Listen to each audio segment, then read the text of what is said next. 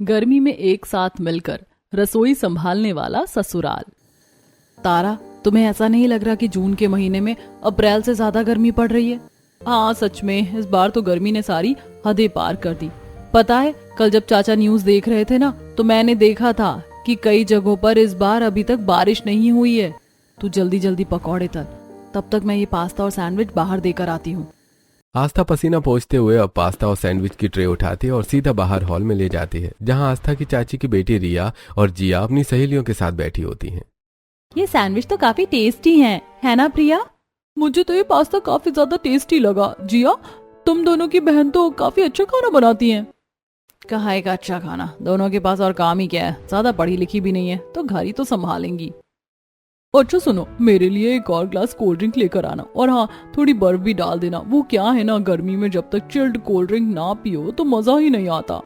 अब दोबारा से सभी सहेलियां आपस में बातें करने लगती हैं। वहीं पसीने से लथपथ आस्था हॉल में लगे कूलर के सामने जाकर थोड़ी देर खड़ी हो जाती है, जिसे देखकर प्रिया, यार तेरी बहन को देखना कैसे कूलर के सामने खड़ी हो गई हवा रोकते हुए, और इसे मैंने कोल्ड ड्रिंक के लिए बोला था, अभी तक नहीं लाई।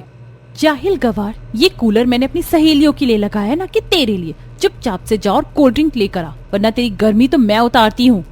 कहने को जिया और रिया आस्था और तारा की छोटी बहनें थी, लेकिन इसके बावजूद भी दोनों अपनी बड़ी बहनों की बिल्कुल भी इज्जत नहीं करती थी। आस्था अब सीधा किचन में आती है और उन लोगों के लिए कोल्ड ड्रिंक लेकर जाती है। इसी तरह शाम हो जाती है। आस्था और तारा किचन में रात के खाने की तैयारी कर रही होती हैं कि तभी रिया और जिया अपनी माँ आरती के साथ किचन में आती हैं, जहां आरती किचन में आते ही आस्था को एक जोरदार थप्पड़ मारती है। चाची, मैंने क्या किया? आपने मारा क्यों मुझे? तेरी हिम्मत कैसे हुई मेरी बेटी की सहेलियों के सामने उनकी बेइज्जती करवाते हुए? कुछ ज्यादा ही गर्मी चढ़ी है ना तुझे? आज मैं तुझे खिलाती हूँ कूलर की ठंडी हवा। गैस पर शाम की चाय चढ़ी होती है, जिसे देखकर आरती अब सीधा चाय का पतीला उठाती है और गर्मा गर्म चाय आस्था के हाथ पर डाल देती है, जिससे आस्था बहुत तेज चिल्लाती है। चाची, ये क्या किया आपने? अभी बर्फ लेकर आती हूँ। चाची, बहुत जलन हो रही है। खबरदार अगर और चिल्लाई तो। माँ, मैं तो कह रही हूँ ये बची हुई चाय भी इसके दूसरे हाथ पर डाल दो। आस्था दर्द और जलन के मारे चिल्ला रही होती है, तो वहीं आस्था की चिल्लाने की आवाज सुनकर ममता, जो अपने पुराने कमरे में बैठकर पुरानी सिलाई मशीन पर कपड़े सिल रही होती है, वो भागकर रसोई में आती है और अपनी बेटी को जला हुआ हाथ देखकर, आरती, तुम्हारे अंदर जरा भी दया बची है या नहीं? तुम भी दो बेटियों की माँ हो, कैसे इस तरह किसी और की बेटियों पर अत्याचार कर सकती हो?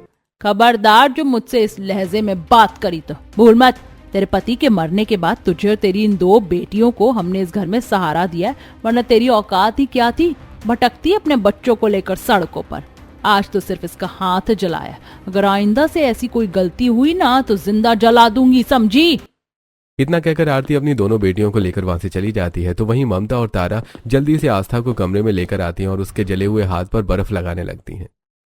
बेटा, बहुत जलन हो रही होगी ना, मुझे माफ कर दे बेटा, तेरी माँ एक गंवार औरत है। अगर मैं जरा भी पढ़ी लिखी होती तो तेरे पिता के मरने के बाद कोई छोटी मोटी नौकरी करके तुम दोनों बहनों को पाल लेती। अपने साथ साथ अपनी बेटियों की जिंदगी भी नरक बना दी है मैंने। इसमें आपका कोई कसूर नहीं है, शायद हमारी किस्मत में यही लिखा हो। लेकिन कहते हैं ना कि किस्मत बदलने में वक्त नहीं लगता, क्या पता कब हमारे साथ भगवान का कोई चमत्कार हो जाए। आस्था और तारा जब छोटी थी तभी ममता के पति की एक सड़क दुर्घटना में मौत हो जाती है। ममता के गवार होने का फायदा उठाकर आरती और जितेंद्र मिलकर उनके हिस्से की सारी प्रॉपर्टी अपने नाम कर लेते हैं और बस घर के काम करवाने के लिए उन्हें रखते हैं। कुछ दिन गुजर जाते हैं। तारा और आस्था छत पर कड़ी धूप में कपड़े सुखा रही होती है। और कितने कपड़े बचे? ऐसा लगता है कि 4 लोगों के नहीं बल्कि 400 लोगों के कपड़े हों। ये दोनों बहनें रिया और जिया तो जानबूझकर हर 2 घंटे में कपड़े बदलती हैं। गर्मी से परेशान होते हुए दोनों बहनें कपड़े सुखाई रही होती हैं कि तभी बगल वाली छत पर पड़ोसन शालू आती है, जो कपड़े सुखाते हुए, पता नहीं ऐसे कौन से पाप किए थे जो ये चिड़ियाघर मिल गया मुझे। शादी से पहले तो याद नहीं कितने बड़े बड़े वादे करता था, और अब देखो शादी के बाद कैसे अपने घर वालों के सामने भीगी बिल्ली बना फिरता है। इस जॉइंट परिवार में शादी करने से तो अच्छा है कि मैं कुंवारी ही रह जाती। वो यूं ही बड़बड़ाती रहती है। तो वहीं उसकी बातें सुनकर आस्था और तारा, देख रही हो तारा, आए दिन शालू कैसे परेशान रहती है। वही तो आस्था, मुझे तो शालू के लिए काफी बुरा लगता है। सच में इनका परिवार कितना बड़ा है, सब कुछ इकलौती बहू को ही संभालना पड़ता है। बातें करते हुए वो वापस नीचे जाकर कपड़े धोने लगती हैं और जब कपड़े धोने का काम खत्म करके दोनों कड़ी धूप में बाहर सामान लेने के लिए भी जाती हैं और जब सामान लेकर दोनों बहनें घर लौटती हैं तो मैंने ये मॉइस्चराइजर नहीं दूसरा वाला मंगाया था, इससे मेरी स्किन रेड हो जाती। जाओ दूसरा लेकर आओ। मैंने तो तुम्हें हमेशा यही लगाते हुए देखा है। जितना तुमसे बोला है उतना किया करो, तुम्हें सवाल करने का कोई हक नहीं है।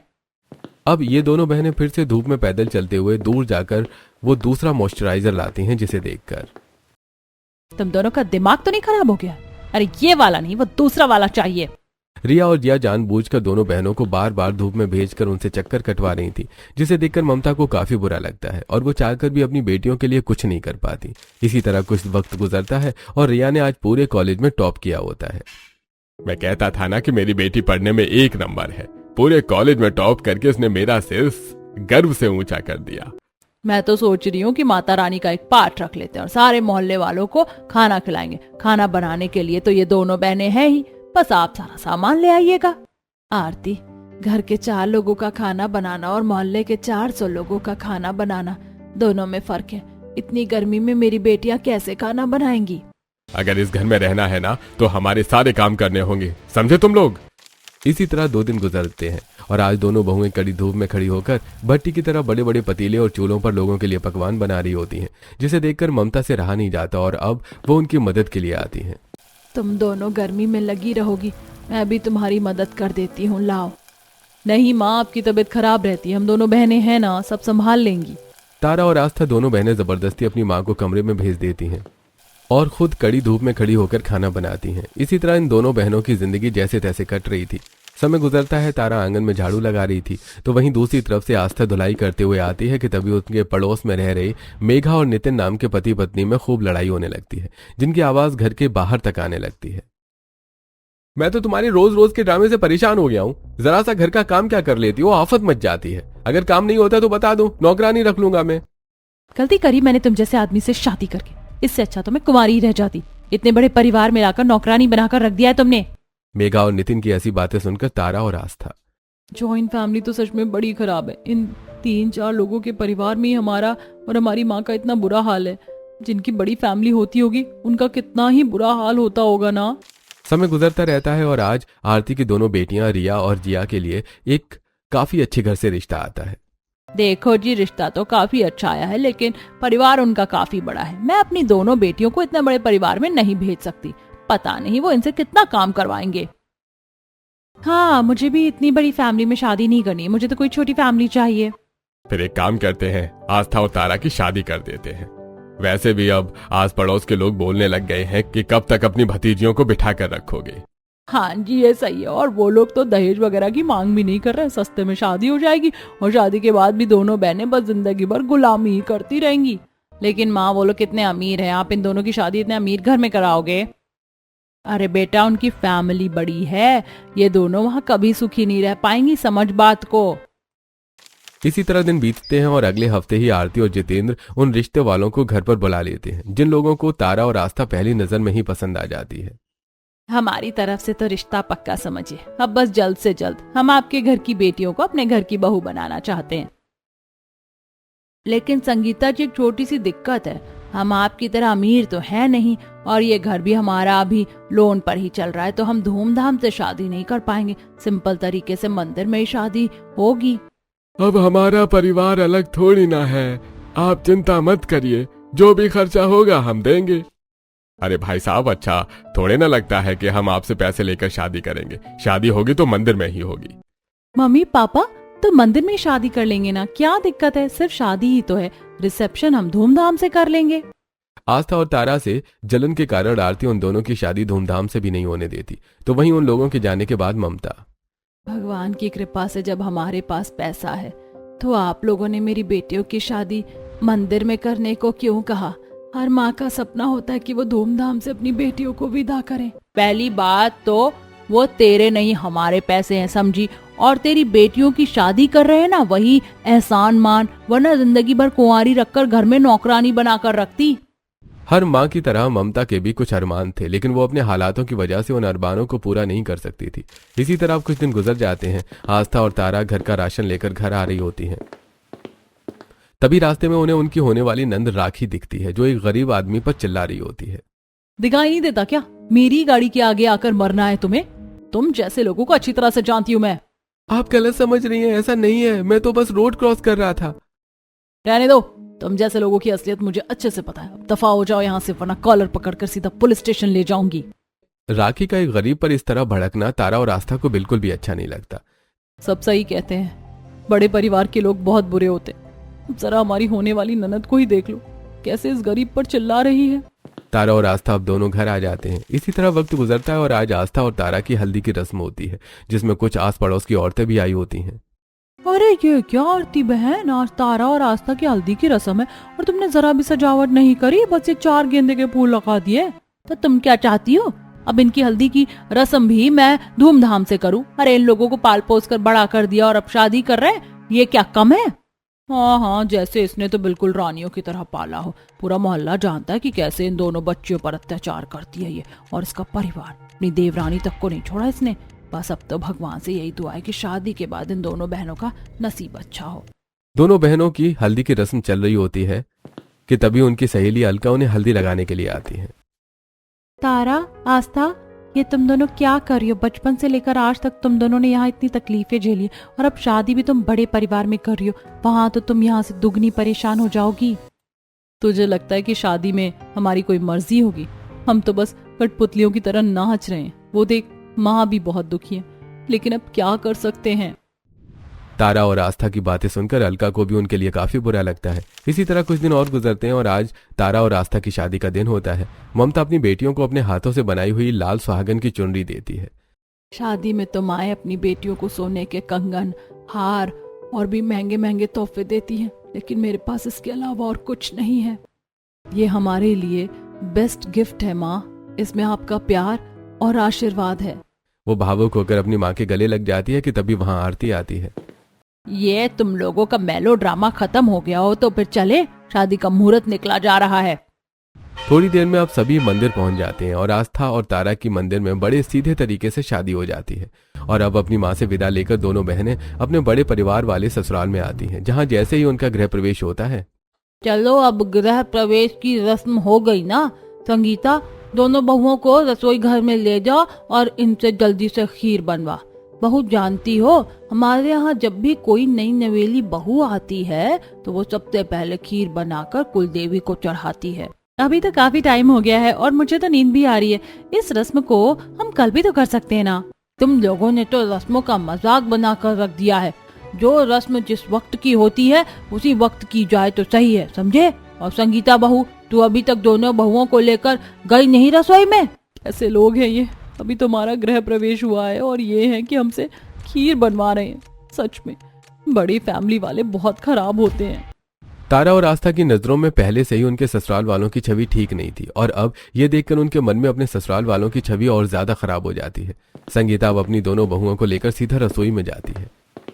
बहू, खीर बिल्कुल ध्यान से बनाना, किसी भी चीज की कमी नहीं होनी चाहिए उसमें। संगीता अब दोनों बहुओं को खीर का सामान बताकर किचन से चली जाती है, जिसके बाद अब दोनों बहनें जल्दी जल्दी खीर बनाकर कुलदेवी का भोग लगाती हैं और इसी तरह शादी का दिन गुजरता है। और आज दोनों बहनों की उनके ससुराल में पहली रसोई की रस्म होती है। पहली रसोई की रस्म के बारे में दोनों को अच्छे से पता है ना? या ये भी मैं बताऊं? इसमें तुम्हें पूरे परिवार वालों की पसंद का खाना बनाना है। कम से कम 8 से 12 तरह की चीजें होनी चाहिए। मिठाई में 2 से 3 तरह की चीजें और सब कुछ 2 बजे तक बना लेना। फिर उसके बाद तुम्हारी पहली रसोई की रस्म का मुहूर्त खत्म हो जाएगा। लेकिन दादी जी, इतनी सारी चीजों को बनाने में तो थोड़ा वक्त भी लग जाएगा। हम सब अकेले कैसे बनाएंगी? तुम आजकल की लड़कियां 7-8 लोगों का खाना बनाने में डरती हो।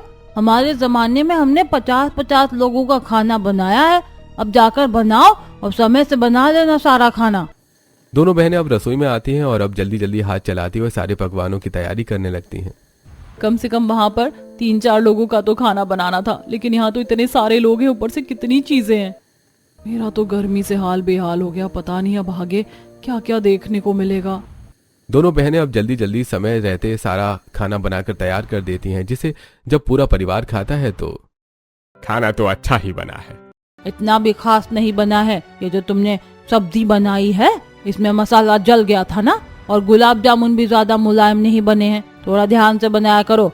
अब तुम किसी के घर की बेटी नहीं बल्कि बहू हो।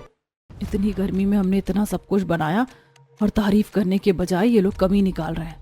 अब मैं समझी कि वो बगल वाली भाभी अपने ससुराल वालों से इतनी क्यों परेशान रहती थी। इसी तरह 2 से 4 दिन गुजरते हैं और आज सरस्वती शाम की ट्रेन से वापस गांव जाने वाली होती है। अब तुम दोनों को ही अच्छे से घर संभालना है, सबके खाने पीने का ध्यान, घर की जिम्मेदारी, सब कुछ अच्छे से संभालना। आती रहूंगी मैं बीच बीच में देखने के लिए। अब सभी घरवाले सरस्वती के पैर छूते हैं और सरस्वती शाम की ट्रेन से गांव के लिए निकल जाती है। इसी तरह रात होती है और अगले दिन दोनों ही बहनों को सुबह उठने में थोड़ी देर हो जाती है। आज तो सच में काफी लेट हो गया, पता नहीं आंख कैसे नहीं खुली। कल ही दादी जितना समझा कर गई और आज हमसे उठने में देरी हो गई। अब पता नहीं सासू माँ से कितनी गालियां सुनने को मिलेंगी। दोनों बहनें अब जैसे ही रसोई में जाती हैं तो देखती हैं कि उनकी सास खुद ही नाश्ते की तैयारी कर रही हैं। ये क्या कर रही हैं आप? सॉरी, वो हमें उठने में देरी हो गई। कल से हम जल्दी उठ जाएंगी, आप प्लीज ये सब मत करिए। अरे बहू, तुम दोनों इतनी जल्दी क्यों उठ गई? सब 7-8 बजे तक उठते हैं। मुझे तो आदत है, इसीलिए मैं उठ जाती हूँ। और जब नाश्ता सब करेंगे तो अकेले तुम दोनों ही क्यों बनाओगी? जाकर बैठो, मैं कर लूंगी सारा नाश्ता तैयार। संगीता अपनी दोनों बहुओं को किचन से बाहर भेज देती हैं, जिसे देखकर वो दोनों काफी हैरान होती हैं। तो वहीं थोड़ी देर में जब सब नाश्ता कर रहे होते हैं कि तभी सुरेश नाश्ता करके अपनी प्लेट उठाने लगता है, जिसे देखकर पापा जी लाइए प्लेट मैं उठा देती हूँ। बहू के रहते हुए आप झूठी प्लेट उठाएंगे? अरे बहू, ये सब पुराने जमाने की बातें हैं। हर किसी को अपने झूठे बर्तन खुद ही उठाने चाहिए। कल तक ससुराल वाले बहुओं की जरा भी मदद नहीं कर रहे थे। आज उन्हें इस तरह देखकर दोनों ही बहनें काफी हैरान होती हैं। आस्था, ये क्या हो रहा है? दादी जी के जाने के बाद सब कैसे बदलते गए हैं ना। हाँ ना, मुझे तो ये कोई सपना लग रहा है। कहीं ऐसा तो नहीं कि ये लोग बस अच्छा बनने का नाटक कर रहे हैं?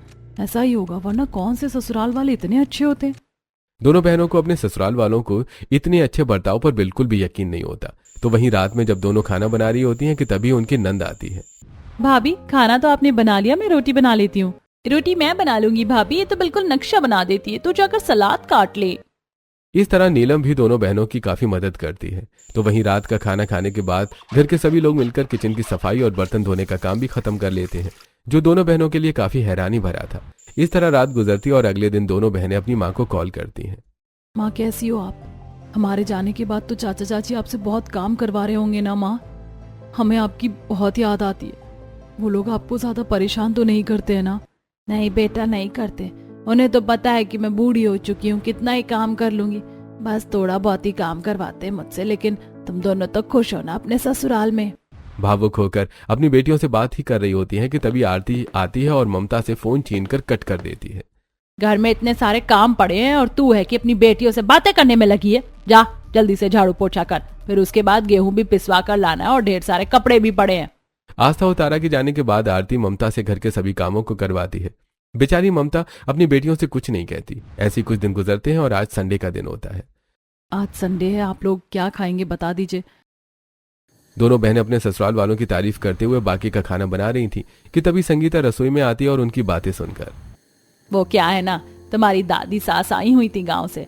अब वो थोड़े पुराने ख्यालों की हैं। अगर उनके सामने हम तुम्हारा साथ देते या मदद करते तो वो फिर हमें बोलती। इसीलिए 2-3 दिन हमने तुम्हारा बिल्कुल भी साथ नहीं दिया। बस यही बात थी। सॉरी माँ जी, और हम आपको कितना गलत समझ रहे थे। होता है बहू, अगर तुम्हारी जगह मैं भी होती ना तो मैं भी गलत ही समझती। दोनों बहनें काफी ज्यादा खुश होती हैं। इसी तरह कुछ दिन और गुजरते हैं और आज घर के सभी जवान लोग बैठकर लेट नाइट मूवी देख रहे होते हैं। देखो भाभी, मैंने मैगी बनाई है, खाकर बताओ ना कैसी बनी है। हाँ हाँ, खा लेंगी भाभी। अभी सीन देखो कि कैसे जानबूझकर ये आदमी गाड़ी के सामने आएगा। जरूरी नहीं है कि अमीर की गाड़ी के सामने आया हुआ हर गरीब बेचारा ही हो। कोई कोई तो जानबूझकर भी आते। उस दिन जब मैं शॉपिंग के लिए जा रही थी तो एक आदमी जानबूझकर मेरी गाड़ी के सामने आया और फिर मुझसे रोड पर लड़ना शुरू कर दिया। नीलम की बात सुनकर आस्था और तारा को वो दिन याद आ जाता है जब वो नीलम को रोड पर एक आदमी पर चिल्लाते हुए देखती है। वहीं अब नीलम की बातें भी पूरी हो जाती हैं। इसी तरह दिन गुजरने लगते हैं। तारा सभी के लिए दूध गर्म कर रही होती है कि तभी गिलास में दूध डालते हुए हल्का सा गर्म दूध तारा के हाथ पर गिर जाता है, जिससे तारा के चिल्लाने की आवाज सुनकर संगीता फौरन किचन में आती है और तारा का जला हुआ हाथ देखकर, बहू जरा आराम से, जला लिया ना तुमने अपना हाथ। संगीता उसे बाहर ले जाती है और उसके जले हाथ पर दवाई लगाने लगती है। उसे अपना एक पुराना बीता हुआ कल याद आता है। अरे तो हरामखोर, अब यहीं पड़ी रहेगी या घर का कुछ काम भी करेगी? जरा सा सिर दर्द क्या हुआ, बिस्तर पकड़कर पड़ गई है। चाची जी, सच में सिर में काफी दर्द हो रहा है और बुखार सा भी लग रहा है। देख रही हूँ माँ, इसके बहाने। इसको गर्मी में बुखार आ रहा है, अभी उतारती हूँ उसका सारा बुखार। रिया तारा का हाथ पकड़कर उसे सीधा घर के बाहर ले जाती है और तपती धूप में आंगन में छोड़ देती है, जिससे तारा की तबीयत और खराब हो जाती है। उन दिनों को याद करते हुए तारा की आंखें बिल्कुल भरने को आ जाती हैं, लेकिन अब ससुराल वालों की वजह से तारा और आस्था खुश रहने लगी थी। ऐसे ही कुछ दिन बीतते हैं। मैंने कहा था ना, यहाँ तुम्हें काफी मजा आएगा। पता है तुम्हें, कुछ टाइम पहले ये मॉल खुला है और यहाँ पर काफी सारी एक्टिविटीज हैं करने के लिए। चलो हम 3rd फ्लोर पर चलते हैं और वहां तो मैं कई बार गया हूँ। मुझे नहीं पता था कि ये सारी चीजें भी हैं करने को। सच में आज बहुत अच्छा लग रहा है। दोनों बहनें अपने अपने पतियों के साथ मॉल में घूम रही होती हैं कि तभी वहां उन्हें उनकी एक पड़ोसन पल्लवी दिखती है। अरे ये तो आस्था और तारा है ना, दोनों शादी के बाद कितनी खुश लग रही है। चलो शादी से पहले ना सही, लेकिन शादी के बाद उनकी जिंदगी में खुशियां आई। दोनों बहनों को इतना खुश देखकर पल्लवी काफी खुश होती है, जिसके बाद अब तारा और आस्था अपने अपने पतियों के साथ मॉल से बाहर निकलती हैं। तभी सामने वाली रोड पर उनकी नजर जाती है, जहां उनकी माँ मजदूरों की तरह पीठ पर राशन के बोरे लेकर जा रही होती है। ये देखकर इसका मतलब माँ ने हमसे झूठ कहा। चाचा हमारे हिस्से के सारे काम हमारी माँ से करवा रहे। देखो इस धूप में हमारी माँ की क्या हालत हो गई है। दोनों बहनों से रहा नहीं जाता और अब वो जैसे ही अपनी माँ के पास जाने लगती हैं कि तभी ममता की नजर भी उन पर पड़ जाती है और वो इशारा करके उन्हें वहीं रोक देती हैं। अपनी माँ की ऐसी हालत में देखने के बाद अब दोनों बहनें काफी उदास रहने लगी थी।